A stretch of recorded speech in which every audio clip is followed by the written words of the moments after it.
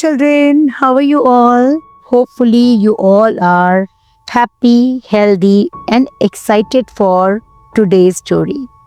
Without delay, let's begin. Quickly close your eyes so that you can imagine the entire story like a movie playing in front of your eyes. Let's begin. In a quiet village surrounded by dry, empty land lived a gentle couple, Harish and Meera. They had been married for many years, but fate had not blessed them with a child. Every festival, every family gathering, every passing seasons reminded them of the emptiness in their home. At first, they tried to hide their pain behind smiles, but inside, their hearts felt hollow like the barren land stretching behind their small house. One evening, while returning from the market, Meera noticed a tiny banyan sapling lying on the ground. Its roots were exposed and its leaves were dull, as if it too had lost all the hopes. It was looking like that.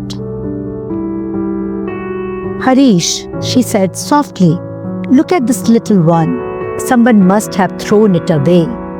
Harish picked it up gently and said, let's take it home. Maybe we can save it. And that one simple act, done with love, changed their lives forever. They planted the sapling behind their house.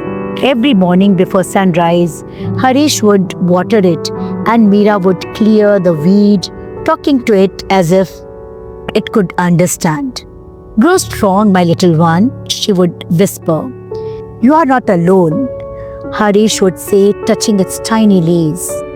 They turned into months, and the sapling grew slowly but with determination.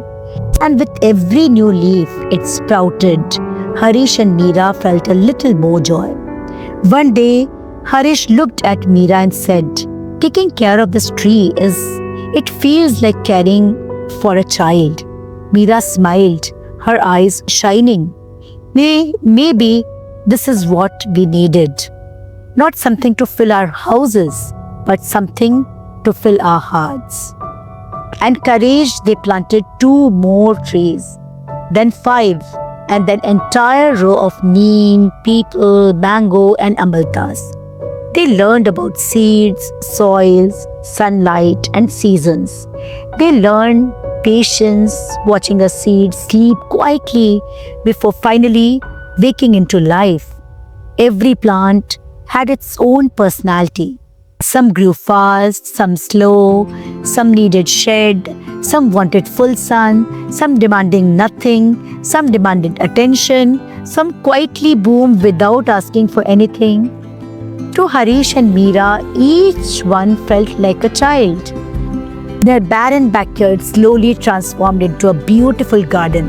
Soon the garden spread beyond the backyard and then spread across the unused land behind their home. People who once pitied them now admired them. Children from the village played under the shade of the young trees. Birds began to visit, butterflies danced in the air, and the wind carried the sweet scent of new life. Harish laughed one day and said, Meera, look at us. We wanted one child and now we have hundreds. Meera touched the leaf gently. These trees may not talk, but they understand love. They are ours. Years passed. The couple grew older, but their forest grew bigger, taller, stronger, greener.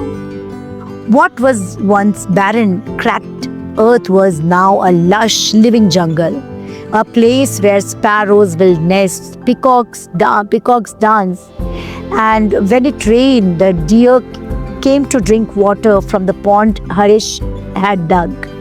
People from nearby village came to see this miracle. Some came to rest, some came to breathe fresh air, and many came to learn how to grow their own trees. Harish and Meera would always say, children are not just born from womb, but sometimes they are born from love, care, and patience. And every tree in their forest silently agreed. So this is our beautiful story, and what we learn that love always finds a way. Even when life doesn't give us what we expect, love can grow in a new form.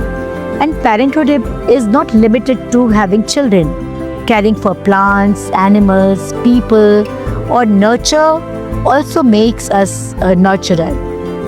Patience and determination, barren land and barren hearts can bloom again. This is again a great learning of the story. One small act of kindness can grow into something vast and beautiful as we listen that a great jungle was developed. So these were the moral of the stories. Hopefully you all must have enjoyed today's story. Please do share this story with your friends, relatives, neighbors, cousins, school friends, everyone. And please subscribe to our channel. We'll meet you tomorrow with a new story. Till then, bye-bye. Take care. Lots of blessings.